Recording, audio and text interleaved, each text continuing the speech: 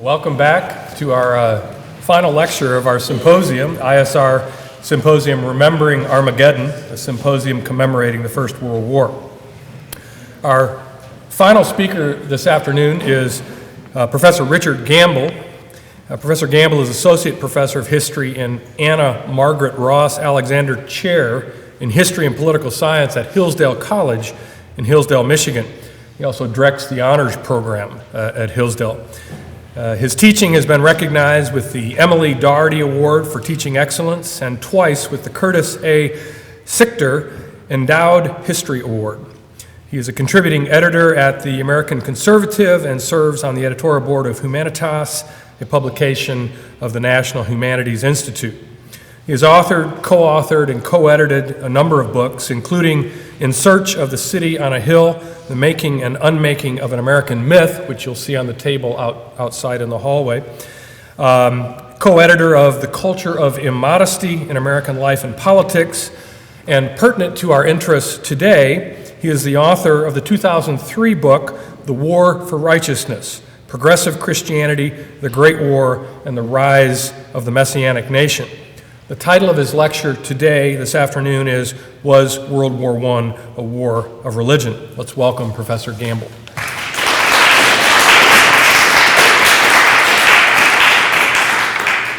Well, thank you for the introduction, and especially thank you to all the organizers of this conference. I was delighted by the invitation. How could I turn down the opportunity to speak on World War I and religion in this centennial year? And it's been a delight to be part of this today. If you would rather sleep, I can tell you that the answer to my question is yes. And the previous lecture gives you all the evidence you need. I'm just going to come at it from a different angle now, a little bit maybe theoretical, more abstractly, but something that's been on my mind for a long time. On March 8th of this year, the online edition of the London Daily Mail published about a dozen photographs taken by Walter Kleinfeld on the Western Front. The German artilleryman who joined the army in 1915 when he was only 16 years old captured disturbing images of dead and wounded comrades, shelled buildings, and shattered landscapes. Kleinfeld survived the war and became a professional photographer in Tübingen. His son found the set of pictures 3 years ago, nearly 100 years after they were taken, and they are now featured in a new BBC documentary on soldiers' photography that aired last week, and I believe you can view it online. Taken in isolation and putting aside the historical particularities of uniform and equipment, these images don't tell a story unique to the First World War. The battlefield strewn with the bodies of young men, their hands clenched in the last grip of pain and bewilderment at the moment of death, could have been witnessed on any battlefield of any war in history. Splintered roofs and walls of farm buildings, homes, and churches have been among the costs of war since at least the age of gunpowder. But when we see images of trenches lined with corrugated steel, when we see gas masks, artillery shells, a tethered observation balloon, we begin to think of one war and one war only, the Great War of 1914 to 1918, a war of unprecedented death and destruction. Europe's empires, Catholic, Protestant, Orthodox, and Muslim, as we just heard, fought a deliberate, protracted war of attrition that exterminated millions and consumed billions in wealth and dissolved the empires of Austria-Hungary, Germany, Russia, and the Ottoman Turks. A great war of liquidation, the Italian historian Guillermo Ferrero called it. Confronted by the magnitude of this war, a generation of historians tried to find the cause of such destruction, at least until a second and greater war obscured the wonder of it all for a while. Was it European imperialism that had brought on the catastrophe? Or looking further back, was it the capitalism that had culminated in imperialism? Was it the alliance system with its antiquated notions of balance of power and secret diplomacy? Had the age of monarchy, dynastic rule, multinational, multi-ethnic, and multi-religious empires simply run headlong into the age of democracy, liberalism, and self-determination? Was the modern state itself to blame for the scale of destruction, armed as it was with the apparatus for taxing and borrowing and the power to conscript millions of men into mass armies? But this was also the industrial age. Think of the trenches of the Somme and Verdun with their spools of barbed wire, heavy artillery, troops moved by rail car and chemical warfare. Think of the mechanical slaughter, whether in Gallipoli or the Middle East or in Africa. Think of the watery graves of the Lusitania's passengers and crew. Applied science and the productive capacities of European and U.S. factories contributed immensely to the scale and efficiency of the war's destruction.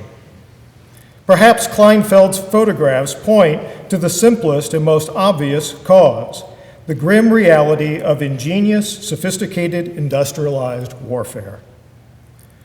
What is so mysterious about millions of deaths across thousands of square miles when technology, machinery, and mass production had come together to make killing so efficient?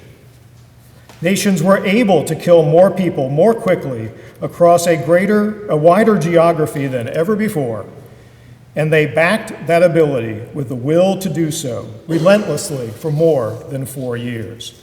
That will to do so needs closer examination. Along with these factors, the historian must account for human agency.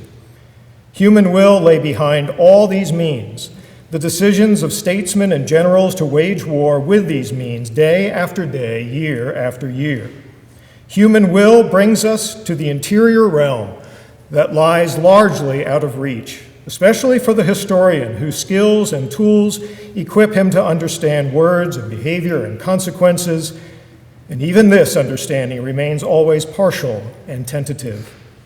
But with the help of 2 or 3 other historians, I want to direct our attention this afternoon away from the machinery of modern total war toward the human will and imagination that had to be in place, or rather had to be deliberately brought into place for the war of 1914 to 1918 to have gone on as long as it did, consuming a generation and a civilization, and maybe even war itself as an institution. I claim no originality for these insights. These thoughts, though not in their present form, go back 25 years and more, and I borrowed all of them. In graduate school, I began thinking about religion and war, and particularly in the case of the First World War. I stumbled onto the question of why American Protestant clergy, who had devoted so much time and effort to promoting international peace, brotherhood, and democracy, became such belligerent jingoists by 1917 and insisted on victory without compromise. The search for an answer led to my doctoral dissertation, and then 10 years later to my first book, graciously mentioned, The War for Righteousness. I have returned often to the historical problem of religion and war. I have questioned some of my earlier conclusions. I have also felt myself getting further and further away from any definite answers about what exactly religion and warfare do to each other. So if you'll forgive me for just thinking aloud with all of you for the next several minutes. This conference has given me the opportunity to explore a question more basic than any I began with in the 1980s. Back then, I grabbed onto the phrase war for righteousness to describe the First World War, especially American intervention, because I encountered these words everywhere in sermons, speeches, and religious and secular periodicals. I understood them as a handy shorthand for the foreign policy side of the progressives' domestic war for righteousness. That is, their effort to reform politics, economics, society, and the church. But what is a war for righteousness? The British historian Herbert Butterfield popularized this phrase as a category for the total wars of the 20th century. I appropriated it from him years ago and gave him credit. Then I had argued that the progressive clergy's attempt to infuse the First World War with transcendent objectives in line with their own liberal soteriology, eschatology, and even ecclesiology had contributed to the disaster of total war by helping to justify Wilson's crusade to remake the world. I have since come to understand that I should have looked at all evangelicals, both liberal and conservative, and their shared transformationalist impulse. But today I want to go back to the very beginning and ask, was the First World War a war for righteousness? Or a bit more generally, and as posed in my title today and already answered, was the First World War a war of religion? If it was such a war, and I certainly think it was, then in what sense was it so? Dealing with religion in the broadest terms, I am bracketing off such important questions as what soldiers on all sides believed they were fighting for, what preachers preached from their pulpits, what denominational magazines published in editorials and feature articles as the spiritual reasons for war, what popular newspapers and the periodical press also said about the religious stakes, how governments used religious images, as we saw vividly displayed in the last session, such images as the Madonna and the crucifixion and the Crusaders for propaganda purposes, and what politicians such as Woodrow Wilson, members of Congress, and their European counterparts claimed was true about this war. All of this matters. But underneath all these significant contours of the language and thought of the First World War lies a disposition to wage a certain kind of war, a war for righteousness. In 1953, the distinguished Cambridge historian, master of Peterhouse College, and Methodist lay preacher Herbert Butterfield delivered the Beckley Social Service Lecture at that year's Methodist Conference. Wesleyan Methodist John Henry Beckley had endowed the lectures in 1926, quote, to set forth the social implications of Christianity and to further the development of Christian sociology and the expressions of the Christian attitude in reference to social, industrial, economic, and international subjects, end quote. By mid-century, other lecturers had included Dean William Inge in 1935 and the noted University of Chicago religious historian William Warren Sweet in 1946. Butterfield's 1953 lectures were soon published as the short book Christianity, Diplomacy, and War, the third chapter of which is entitled The War for Righteousness, a phrase which Butterfield placed in quotation marks and kept in quotation marks throughout this essay. Butterfield's main concern was to question, or really to condemn, one of the principal ways modern democracies mobilize their peoples for war, a problem as relevant in 2014 as it was for Butterfield's audience in 1953, as it had been in 1939 and 1914. Indeed, Alexis de Tocqueville, all the way back in the 1830s, doubted democracy's capacity to maintain, over the long haul, passions so easily aroused at the start of a war, passions necessary, perhaps, to press on to victory as the required sacrifices escalated. Democracy appears to me, he observed, better adapted for the conduct of society in times of peace, or for the sudden effort of remarkable vigor, than for the prolonged endurance of the great storms that beset the political existence of nations. The Frenchman wondered specifically if a democracy would tolerate the confiscation of half its wealth in a war emergency, as he said England had demanded during the Napoleonic Wars, or the conscription of 5% of its population for the army, as France had resorted to in the 1790s and following. If Tocqueville was right, then how would a democracy be able to wage something like a world war? Butterfield started by laying out an assumption that troubled him and that he ultimately rejected for reasons I will come to at the end of my talk.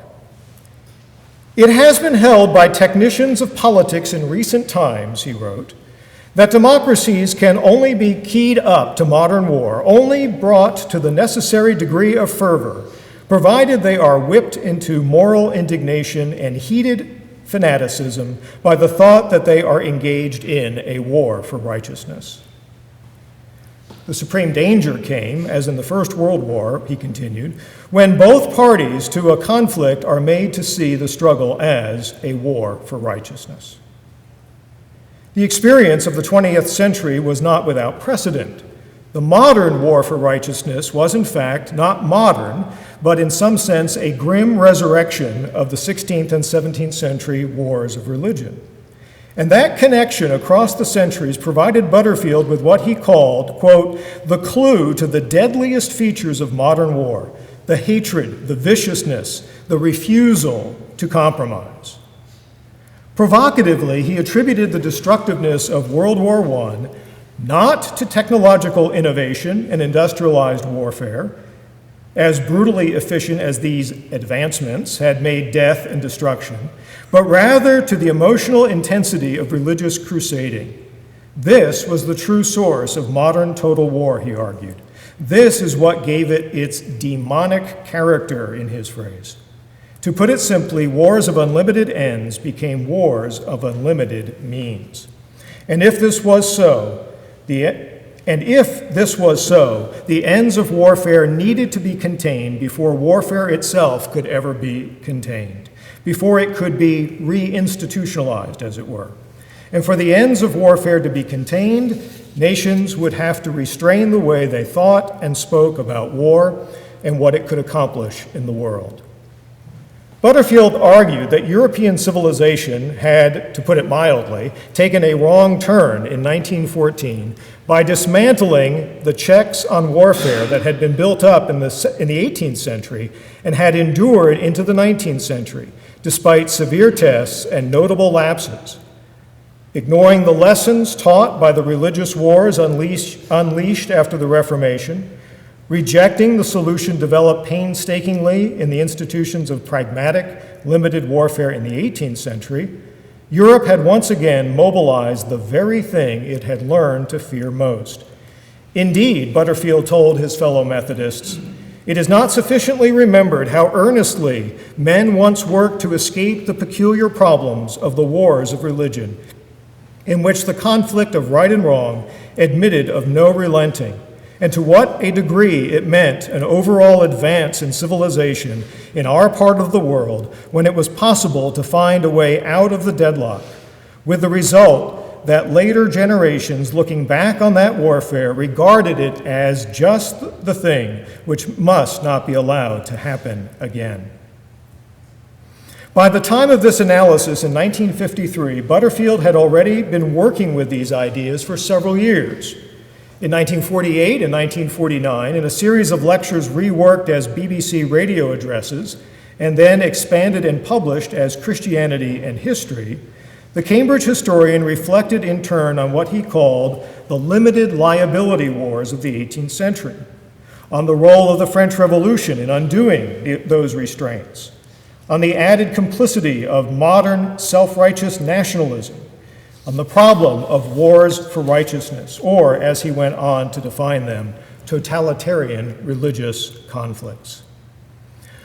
By totalitarian, I don't think Butterfield had in mind a form of government, but rather what we would call total or totalizing wars. Nor by religious did he limit himself to actual theology or to the historic faiths such as Christianity or Islam. Religious war for Butterfield encompassed wars fought for isms, wars for ideology. And this is how he linked the older wars of religion and the modern wars for righteousness. I'd like to quote him at some length here. In the conflict that succeeded the Reformation, the addition of the religious motive to whatever other issues were involved did not mitigate the hostility, but rendered it more bitter and uncompromising, especially as it provided the excuse for treating enemies as subhuman on the ground that they were agents of the devil or an abomination to the Lord. It was perhaps the advance of secular civilization, a civilization leavened, no doubt, by some Christian charity, he continued, which made the 18th century deprecate the turning of wars into wars for righteousness. They rejected the fanaticism which felt that God and all his angels, interesting, would be thwarted if you failed to defeat the enemy. And they argued that it was better to say clearly that you were fighting for a province, fighting for Alsace, for example, and then when you were tired of fighting, you could divide the territory or arrange a system of compensation, while in a war for righteousness, you could never compromise. In both Christianity and History, and the later lecture and essay, The War for Righteousness, Butterfield credited the anti-fascist Italian historian Guillermo Ferrero, whom I quoted at the outset, with identifying the civilizational crisis of the modern war for righteousness. Indeed, even a cursory reading of Ferrero shows the extent of Butterfield's debt to him.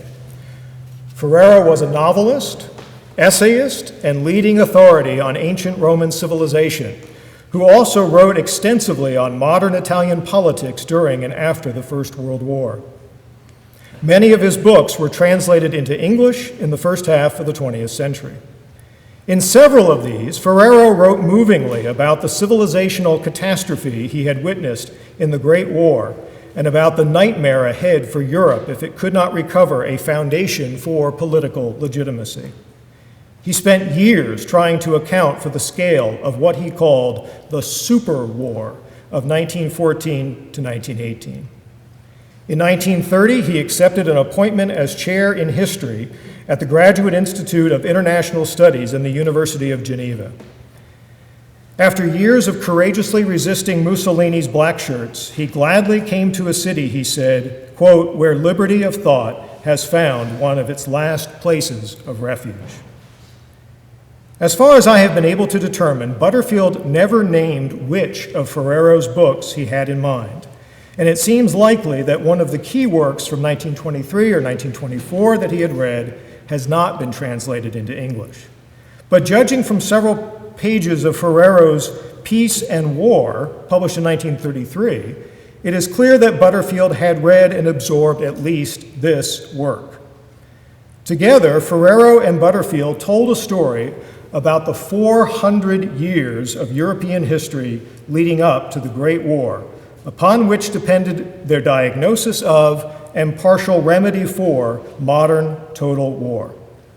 It is not my purpose today, nor is it really within my competence, to assess whether Butterfield and Ferrero got their story just right. Indeed, it may strike you as the kind of narrative that recent historians have been working so hard to replace. But I assure you that neither Ferrero nor Butterfield can be reduced to one-dimensional partisans of the Enlightenment or dupes for what has been called the myth of religious violence. I want to give them a sympathetic reading, handle some possible objections, and consider their enduring contribution to our capacity to recognize wars in our supposedly secular age as still being in some important ways wars of religion. Like Butterfield, Ferrero lamented the collapse of the structure of limits created and held in place by reason, will, and imagination in the 18th and 19th centuries. When the sense of proportion between sacrifice and objective is lost, he wrote from Geneva in 1931, and war is no longer able to keep itself within bounds, it is no longer an operation which reason can define, justify, and guide, but an explosion of destructive and subversive forces. 1914 had given birth to the super war, as I mentioned. I love that phrase. The grinding war of attrition that can imagine no other outcome but political revolution that destroys an utterly prostrate enemy. The super war is, quote, a war which seeks to secure victory by the greatest physical destruction of the enemy forces, no matter what outlay is involved. It is the negation of reasonable war, such as our ancestors conceived it in the 18th and 19th centuries up to the War of 1870. That is, up to the Franco-Prussian War, a war that still maintained limited objectives and ended when it had met these, as Butterfield hinted in his comment about Alsace. The war may have shocked the world at the time with its speed and blood and iron realism, But the contrast to the First World War could hardly have been greater. The war of 1914 to 1918 brought an end to all human proportions. The modern war of attrition left the winner nearly as spent as the loser, especially when, as in the Great War, nations matched their enemies man for man and gun for gun. A war of attrition between powers of equal strength, Ferrero wrote, will lead to savage mutual destruction and a double suicide. The victor will fall dying on the body of the vanquished. Europe is in a state of chaos in 1931, he continued, because she waged war regardless of these two categorical imperatives: proportion between aim and sacrifice, and a minimum of bloodshed and destruction. So what was Europe to do? Could Europe retrace its steps and restore that vital proportion between ends and means, and once again minimize death and destruction? Once the barriers had been removed, could they be replaced? Ferrero was not naive enough to think that the system of one century could be picked up and moved to another, especially after what Europe had experienced. The problem of limits sent Ferrero back to the French Revolution. He blamed that upheaval for opening what would ultimately become the epoch of mass mobilization. The aristocratic wars of the 18th century, which indeed had seemed so violent to someone like Voltaire and others, had not mobilized entire populations and economies. Aristocrats, Ferrero argued in terms that might sound a bit romantic to us today, could fight each other without excessive animosity. They could recognize that the enemy's cause was as righteous as their own. They could wage war as a game, respecting the rules even when it would be more advantageous for the moment to break them, and admit defeat as soon as it became too dangerous to keep on. Then it was aristocrats who fought at personal cost to themselves. Now it was the masses who fought in the age of super war. And this brought Ferrero to the war for righteousness, both as source of the loss of limits and as obstacle to their recovery. The mass, he wrote in a moving passage, cannot keep up the efforts of a war unless it is fired by some passion common to it all. A nation at war must therefore hate the enemy, which means that it must be convinced that it is defending the most righteous of causes against the most infamous aggression, that it represents innocent right, capital R, fighting against evil, capital E, armed with the most diabolical of long premeditated designs. The danger which most dismayed the theorists of the 18th century then becomes a necessity. War of this kind makes it essential that each nation shall have a mystical conception of the exclusive righteousness of its own cause, a conception which is equally violent and bigoted in both belligerents. It is, moreover, so easy for men to convince themselves that they are right and others are in the wrong. The illusion of the righteous war is necessary to sustain superhuman efforts in the superwar. Superwar has rendered the logic and language of limited war, in his word, unintelligible. Now here is Butterfield's take on the same problem. The implications of the war for righteousness are that compromise becomes impossible. The original defensive objective is superseded. The war becomes a war of unlimited ends, and since there are only certain things that can be achieved by force, the root of the matter is unlimited expropriation. If all wars are wars of unlimited ends, wars to end war, absolute conflicts of right versus wrong, and crusades against the supposed final seat of evil in the world, it does not at all follow that the outbreaks will be reduced in number or that the combats will be less intense. It merely means that we have given war itself a greatly magnified role in history and in the processes of time. The phrase war for righteousness is more than an analytical tool adopted by Ferrero and Butterfield to draw attention, after the fact, to the problems of total war. The actual phrase appeared frequently in the United States during the war, not only among preachers, but also among politicians. It was, in many ways, a companion to the progressive domestic campaign for civic righteousness. Civic righteousness is a venerable, common phrase in the history of European religious and legal thought. It long meant simply a civic justice, with the emphasis on the word civic, that is, the kind and degree of justice or righteousness that is available to men in this world through the institutions of law and government that man builds. It was a limited, modest, fragile, though vital achievement. In late 19th and early 20th century America, at least, the emphasis fell rather on the righteousness than on the civic.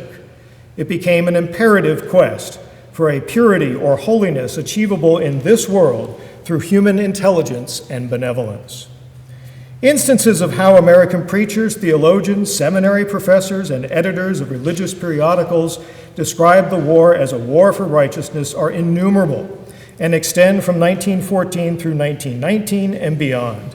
Indeed, the habit stretches back to previous wars, such as the Spanish-American War of 1898 and the American Civil War of 1861 to 65.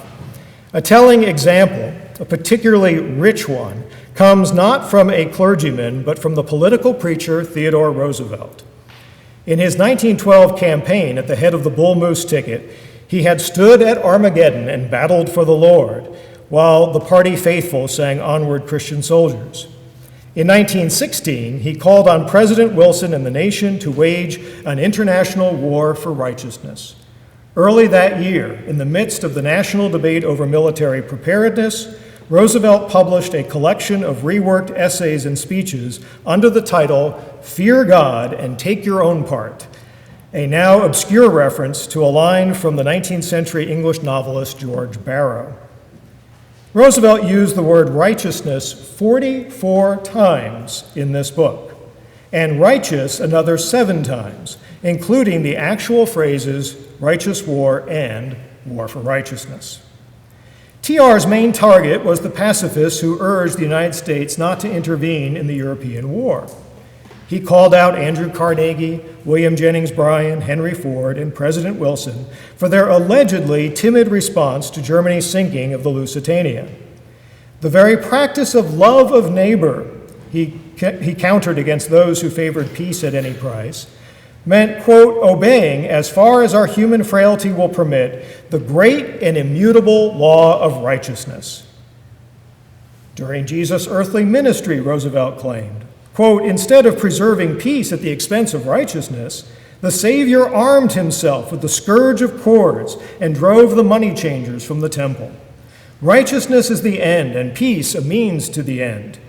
And sometimes it is not peace, but war, which is the proper means to achieve the end, end quote. The people of the United States needed to be ready to defend right, he said, even to the point of righteous war. War waged by a high-couraged people with souls attuned to the demands of a lofty ideal. Roosevelt connected the moral imperative of American intervention in 1916 to the Union cause in the Civil War 50 years before. For very different reasons, as an aside, Butterfield himself wrote that the most terrible instance before 1914 of a war for righteousness was a war between one half and the other half of the United States. Roosevelt did not have to leave the connection to be guessed at. He dedicated Fear God and Take Your Own Part to Julia Ward Howe, his close friend for many years. Among her many accomplishments and her service to the nation, he wrote, she preached righteousness and she practiced righteousness. She sought the peace that comes from as the handmaiden of well-doing. She preached that stern and lofty courage of soul, which shrinks neither from war nor from any form of suffering and hardship and danger, if it is only thereby that justice can be served. She embodied that trait more essential than any other in the makeup of the men and women of this republic, the valor of righteousness.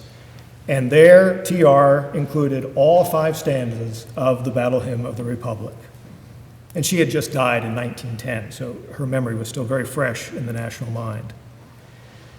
With U.S. intervention in 1917, no one waged a war for righteousness with more devotion than Woodrow Wilson. But I do not think that this was because he was a son of the manse and a Presbyterian elder. We were talking about this after the first session this morning. In fact, we could imagine the confession and catechisms of his church restraining him from talking about America as a holy thing that went about doing the Lord's work.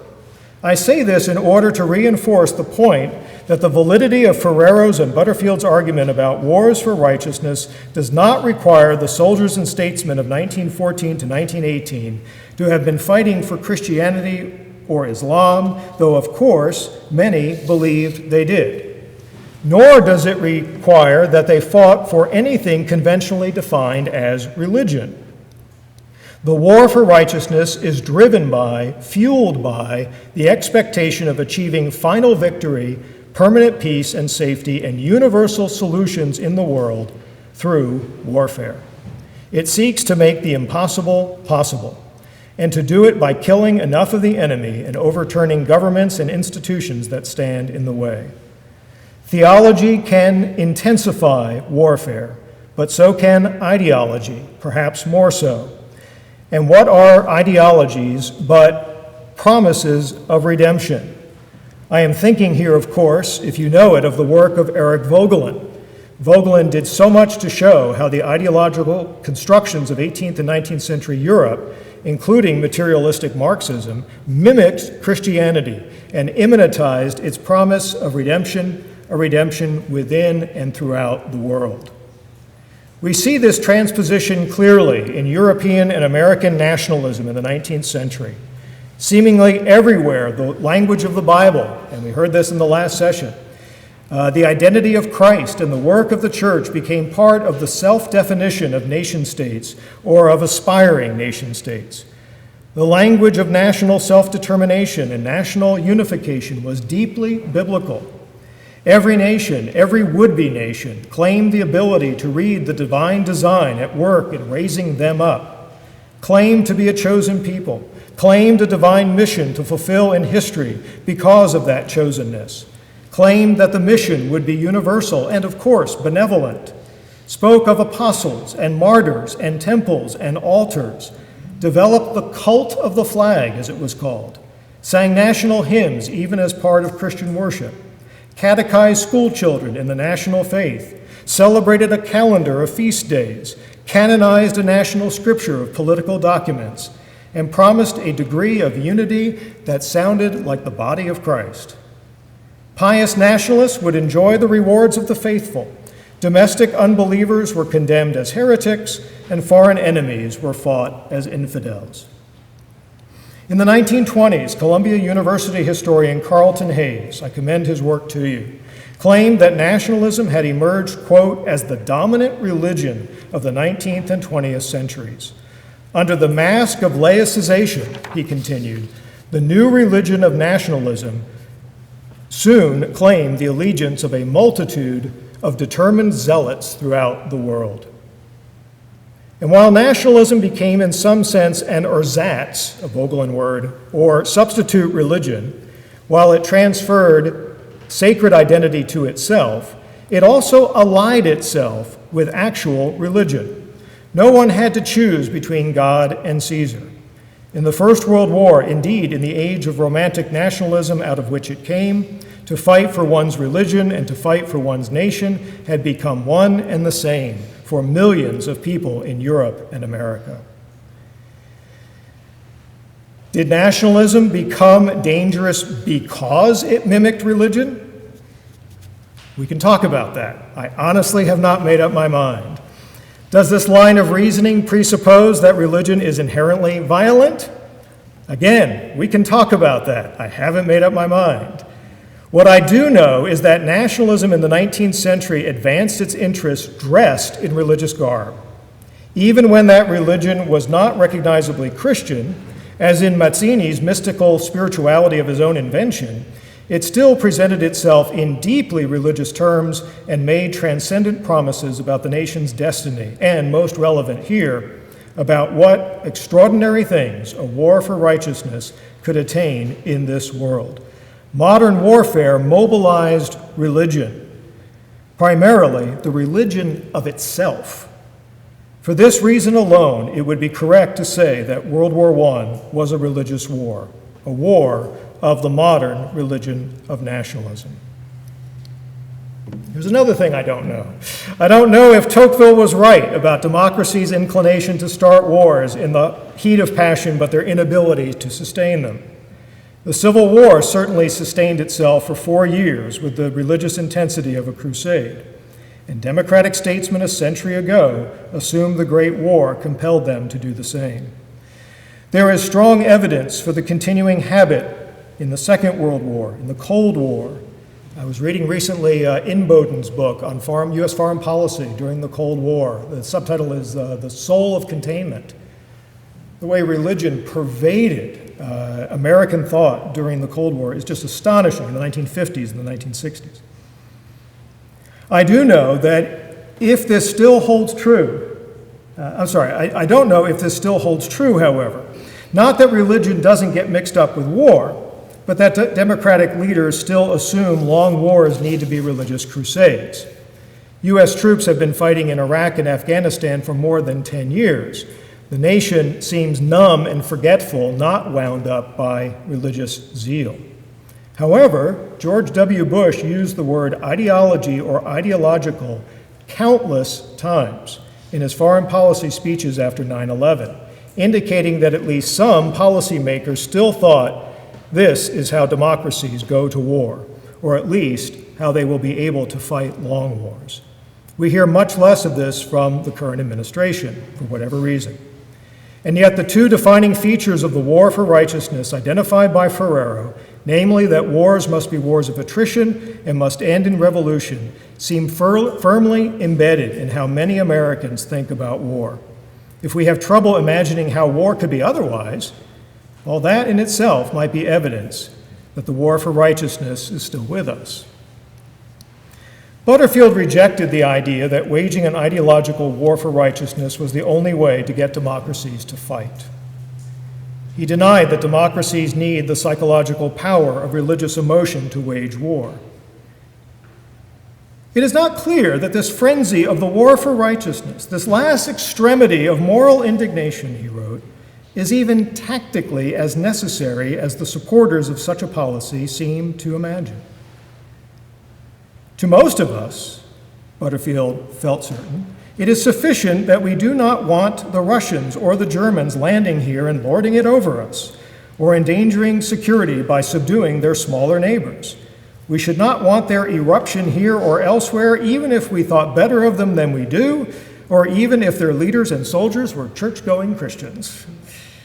If there must be wars, he continued, it is good that the motive or the motor behind them should be the kind of purpose which is capable of dwindling in intensity as it achieves itself, dwindling as the war ceases to have some relation to self-defense or to the defense of the country that is being rescued. A bit further on, he said, once it is possible to regard warfare as a thing which is undertaken for limited purposes, it becomes more easy to do justice to the plain truth that men are in fact prepared to fight for their countries and their homes. I will end a bit clumsily with a clarification. The category of the war for righteousness as developed and applied by Ferrero and Butterfield gives us a name for modern total war that differentiates it from other types of war.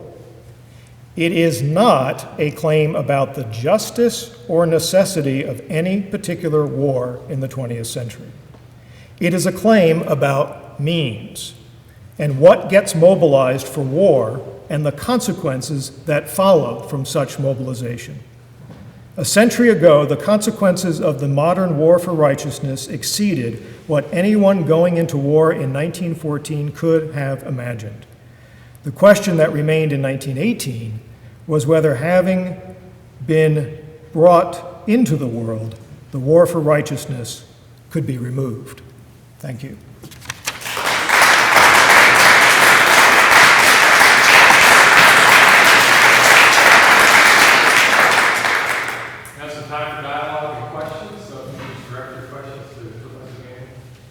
And I'm not shy about questions, but I'd also like to invite other panelists from today. Please join in and even direct questions to them as well. Maybe we can do some synthesizing here.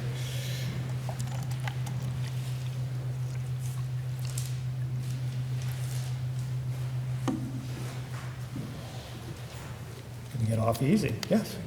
I'm curious what Butterfield and Brown saw, what they saw in wars of righteousness from the 16th and 17th century, and how do they classify like the 7 Years' War that's involved? I mean, that's has lots of religious themes that Right. falls in the middle of Right. or the kind of they mention that war. Right, and I've been thinking hard about that and digging my way through Ferrero, trying to get myself caught up on on the more modern stuff he wrote. As I mentioned, he devoted almost all of his time to the Roman Empire. He was the author of a distinguished 5-volume history, wrote biographies of Julius Caesar. That's where he spent his time. These comments are a little bit more journalistic. Sometimes they are actually journalism from the Italian press, or they are meant to be more popular, reflective.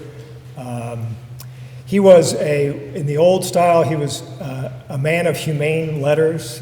He's something very old world about him, born in the 1870s, died in 1942. And he's speaking out of an anguish and he's looking for alternatives to what has happened, what he's witnessed.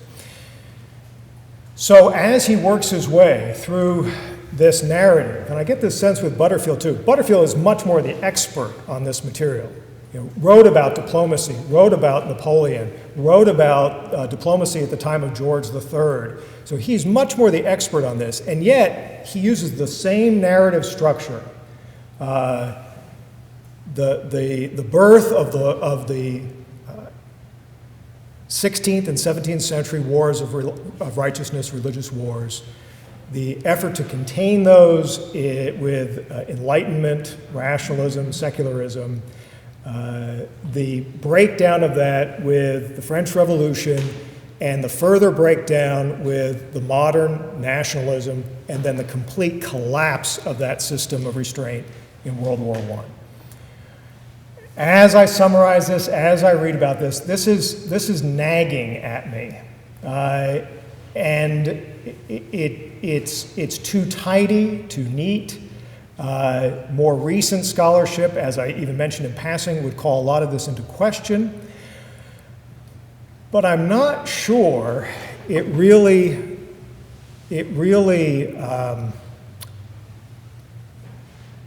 fatally compromises what they're doing and what they're saying.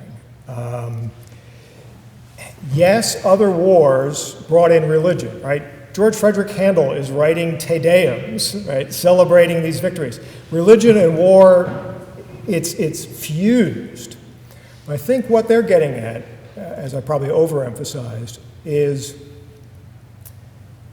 changing a civilization, changing its understanding of what a war can do. And I think that holds up. That this war is not about something narrowly strategic, geographic. And you know, when either you're reading about this or teaching students, the pragmatic exchange of territories that goes on in the 18th century during peace negotiations. And that doesn't look like us, right?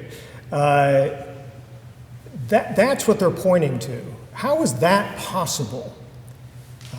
And that was destroyed by investing warfare with this superhuman capacity, a way of achieving heaven on earth. And we had all those images in the last session to tell ourselves that war could do this.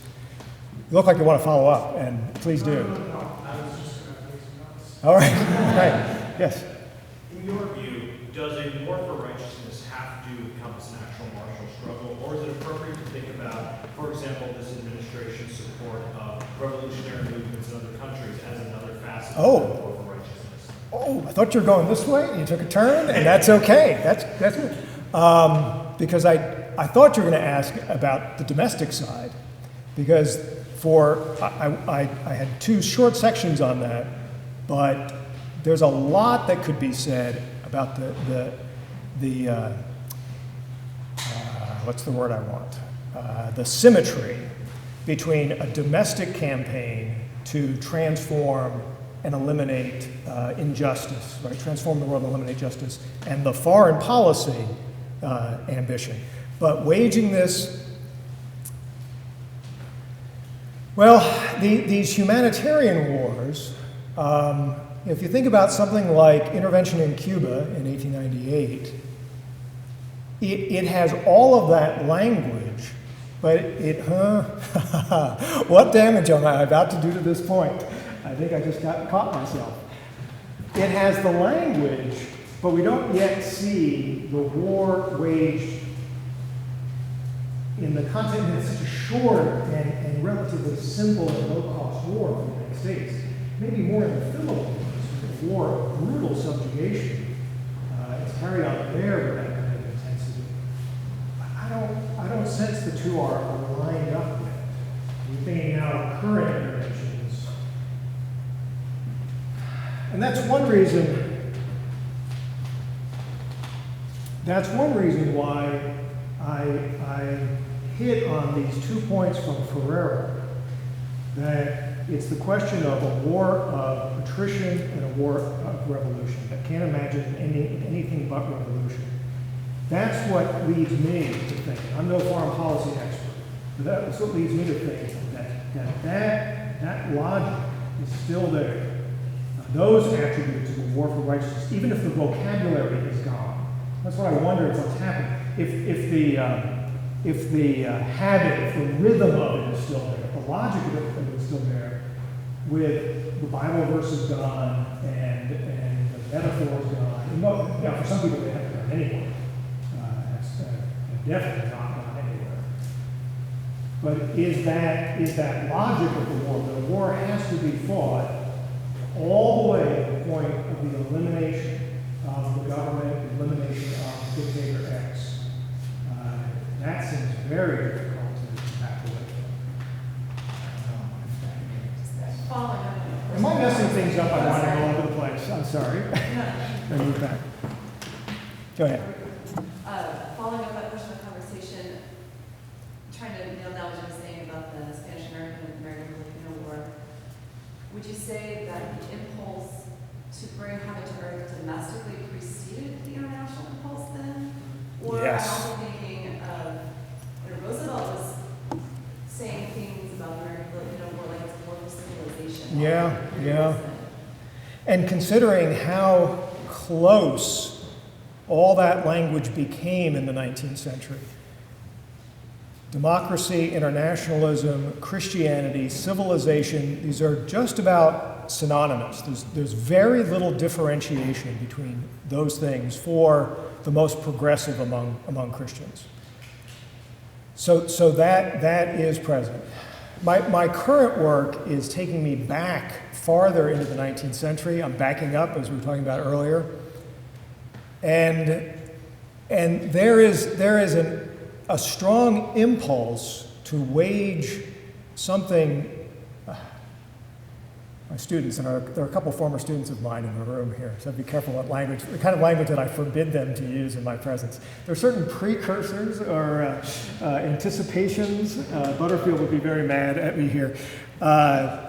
In some of the reform movements in the earlier 19th century, but that's a smaller voice. It's a minority voice. It's not a culturally dominant voice, and it's not at the highest seat of power. I think that's something that's happening too. So there are these tendencies. There are these.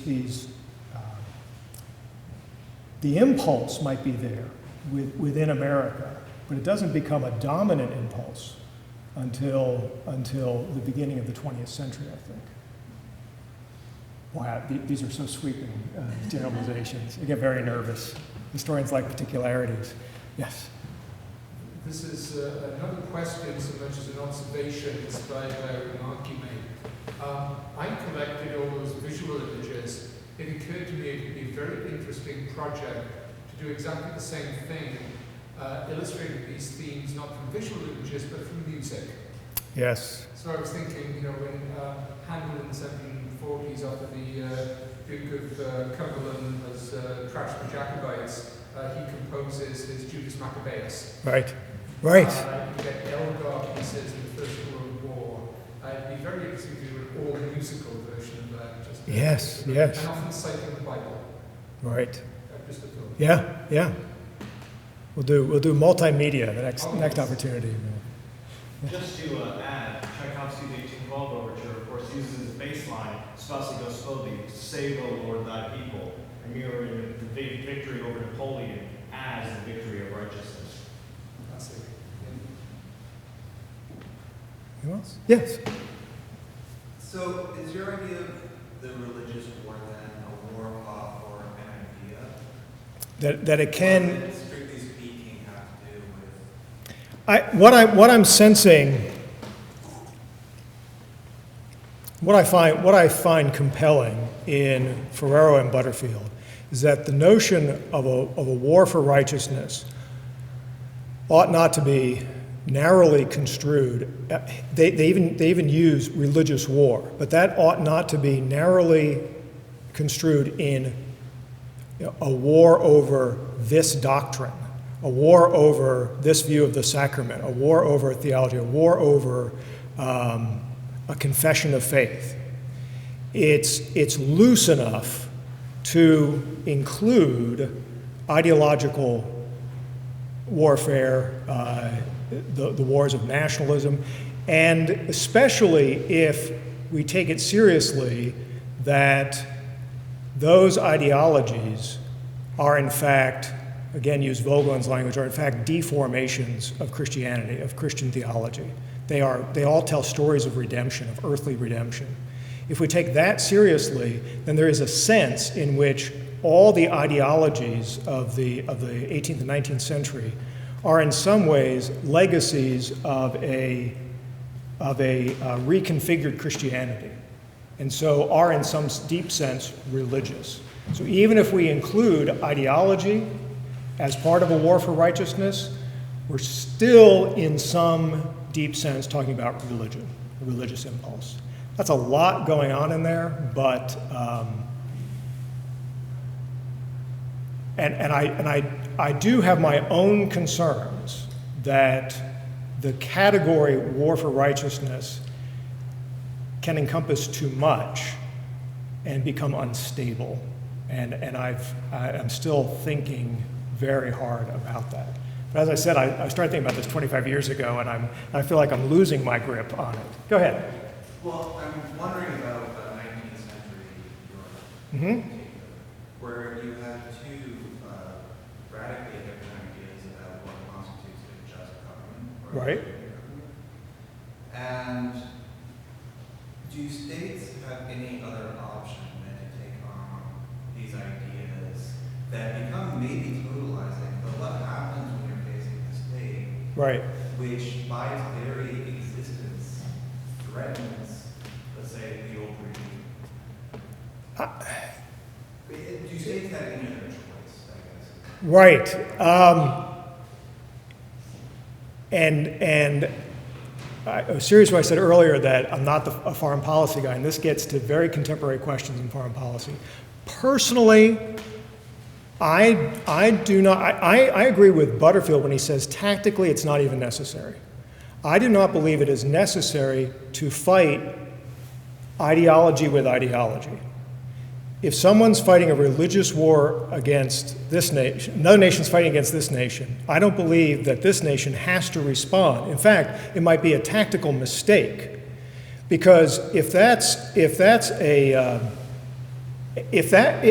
the enemy is engaging in a distortion of reality that is talking about who it is, what the war means, and who you, the enemy, are, if it's living in this, I'll quote Vogelin again, a second reality that it's constructed, I don't think I do myself any favors by inhabiting my own second reality in order to fight the other one.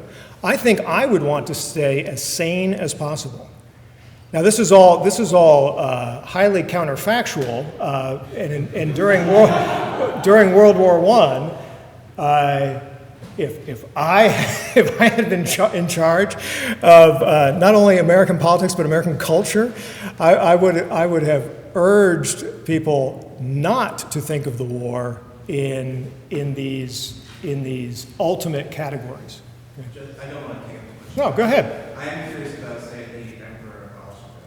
What was he meant to do?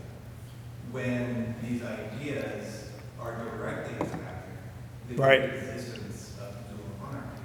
Right. And so, if he really believes in what he's doing, so that the monarchy, the imperium is a good thing, Right. then doesn't he need to justify it and see, say, separatist or nationalist movements as illegitimate, unjust, and wrong, and communicate that to his people and say that the existence of, say, Austria-Hungary is a good thing, and that we must fight for our ideas which justify it. Well, now it depends on how we're now using idea. To give a justification for it, absolutely. But I'm thinking in terms of these almost otherworldly justifications. Now, it's true that the empires have a very long tradition of a sense of chosenness, imperial mission, and how they justify, stretching back hundreds and hundreds of years. That's its own question. Certainly. And it is true that in the 19th century, there is a sorting out, especially for those most ideologically minded, a sorting out of conflicts into these, this is the latest conflict between autocracy and democracy, the latest conflict between tyranny and human emancipation, and we have to get this war won before humanity is liberated. Yes, those wars are being talked about by all sorts of intellectuals, Americans, the American transcendentalists, and others are talking about those wars in these terms. So that's there. And I think that's something that makes Ferraro and Butterfield nervous about the 19th century, that it's losing its capacity, its instinct for waging limited war and intentionally injecting ideology and religion into these wars. Yeah, complicated. How are we doing on time? We're right at 4:30, so I think we're supposed to stop. I think there was another hand over here. Can I see someone? Sure. I was struck by the idea of history itself, not as a discipline, obviously, but the idea that perhaps part of the problem seems to be a secularization of the history of redemption itself. Right. That you're actually seeing history Right. and the history of peoples moving in a certain fashion toward a certain goal, and that doesn't seem to be something that was occurring hundreds of years before that. Right. And it seems to be that seems also in line with, as you mentioned, progressive movement, progressives understanding. Right. And a very nice example of that, which connects back to the previous session, is Bunyan's Pilgrim's Progress and what happened to that book in the 19th and early 20th century. The idea of pilgrimage being a spiritual pilgrimage from earth to heaven with a solution, a resolution outside of time and space, outside of history, to pilgrimage inside of history. And we, as a nation, are on the pilgrimage to the celestial city.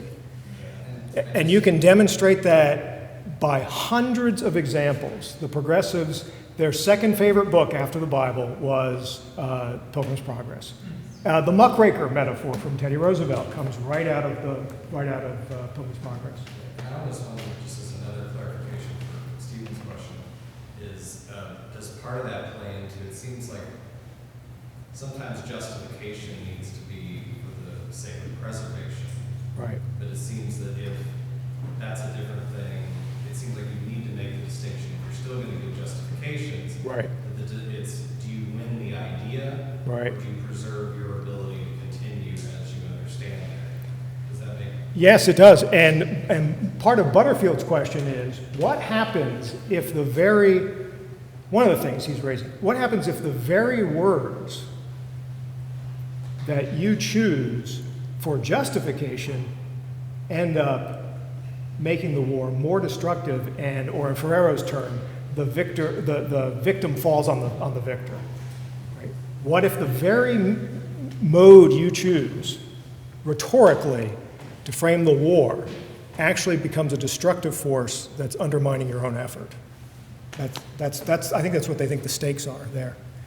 So we're done. And we've come to the end of our time. Thank you all again for coming to this